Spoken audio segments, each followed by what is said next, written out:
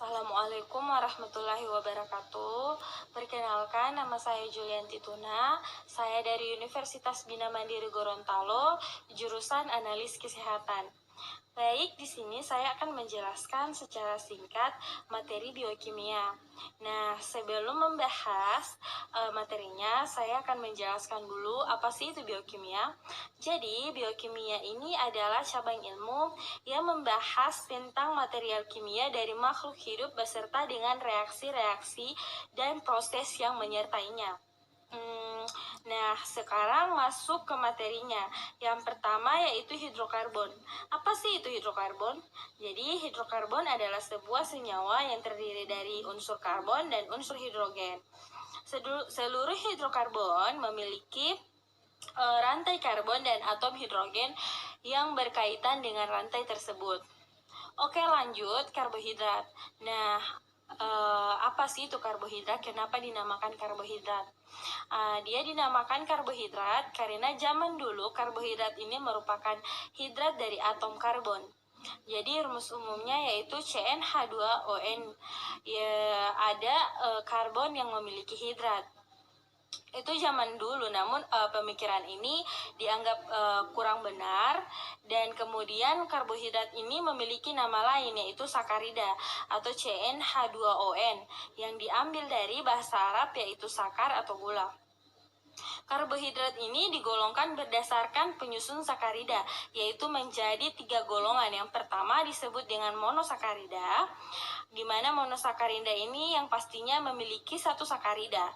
Kemudian yang kedua ada yang disebut dengan disakarida, artinya ada 2, berarti gabungan dari monosakarida ya. Yang ketiga ada yang disebut dengan polisakarida. Kalau poli artinya banyak, jadi terdapat banyak monosakarida. Nah, kita akan bahas satu persatu golongan ini ya. Yang pertama kita akan membahas tentang monosakarida. Pada prinsip karbohidrat, berdasarkan gugus fungsinya dibagi menjadi 2.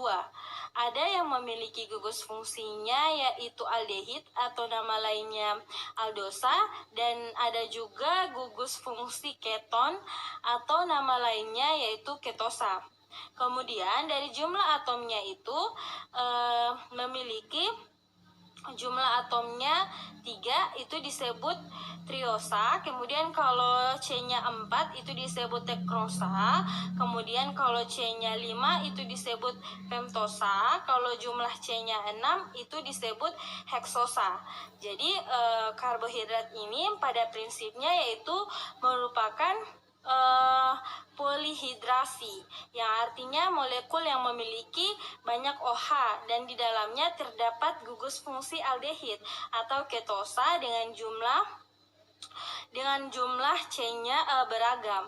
Lanjut pada disakarida dan polisakarida. Nah, disakarida ini dibentuk dari 2 monosakarida melalui kondensasi dengan ikatan glikosida. Kemudian masuk ke polisakarida yang berarti gabungan dari banyak monosakarida. Selanjutnya protein dan asam amino. Sebelum membahas protein, kita membahas dulu asam amino ya. Nah, asam amino ini merupakan senyawa asam karbohidrat. Jadi, dia mengandung gugus fungsi COOH, namun di molekul ini terdapat gugus amino atau NH2 untuk atau NH2. Untuk protein sendiri banyak disusun dari asam amino C-alpha. Asam amino ini dibagi menjadi 2, ada esensial dan ada non esensial. Jadi esensial itu artinya tidak diproduksi di dalam tubuh, namun tidak diproduksi dalam tubuh, namun diperlukan di dalam tubuh sehingga kita harus memperolehnya dari makanan. Sedangkan non esensial ini dia non esensial ini diperlukan dalam tubuh, namun produksinya sendiri di dalam tubuh, sehingga kita tidak perlu lagi mendapatkannya dari makanan. Esensial itu ada 10 macam. Itu ada histidin, ada arginin, dan ada valin, ada lesin, kemudian ada isolosin, ada juga trionim, ada tristofan, kemudian lisis, heptiosin, dan fenil alami. Kemudian protein. Protein ini dibentuk dari ikatan peptida dari asam aminonya. Oke, masuk ke enzim. Suatu protein yang mengkatalisis reaksi biokimia, bekerja sebagai katalis pada organisme hidup, mengatur kecepatan di mana reaksi kimia diproses dan enzim tidak berubah dalam proses tersebut. Proses biologis pada seluruh organisme hidup adalah reaksi kimia dan kebanyakan diatur oleh enzim. Tanpa enzim, banyak reaksi kimia tidak akan terjadi. Enzim mengkatalisis semua aspek metabolisme. Ada dua karakteristik penting pada enzim. Yang pertama yaitu enzim tidak berubah masuk ke dalam reaksi kimia dan bertindak hanya sebagai katalisa. Yang kedua, enzim juga tidak mengubah keseimbangan yang konstan pada reaksi kimia tersebut. Enzim ini hanya meningkatkan kecepatan di mana reaksi mendekati keseimbangan. Kemudian itu ada struktur enzim.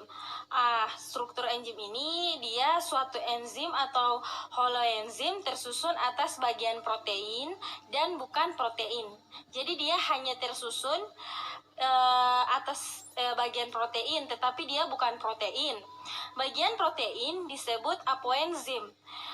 Bagian non-protein itu disebut kofaktor. Kofaktor dapat berupa ion logam seperti Cu, Mg, K, Fe, dan Na.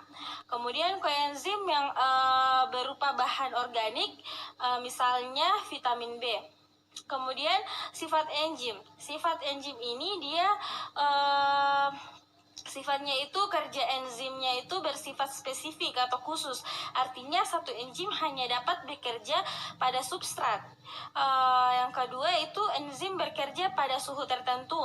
Enzim juga bekerja pada derajat keasaman atau pH tertentu. Kerja enzim dapat bolak-balik, artinya selain dapat membaca substrat, juga dapat membentuk substrat dari penyusunnya. Oke, itulah penyampaian dari saya, penjelasan tentang materi biokimia. Jika ada kesalahan, tolong dimaafkan. Billahi wa taufiq hidayah. Assalamualaikum warahmatullahi wabarakatuh.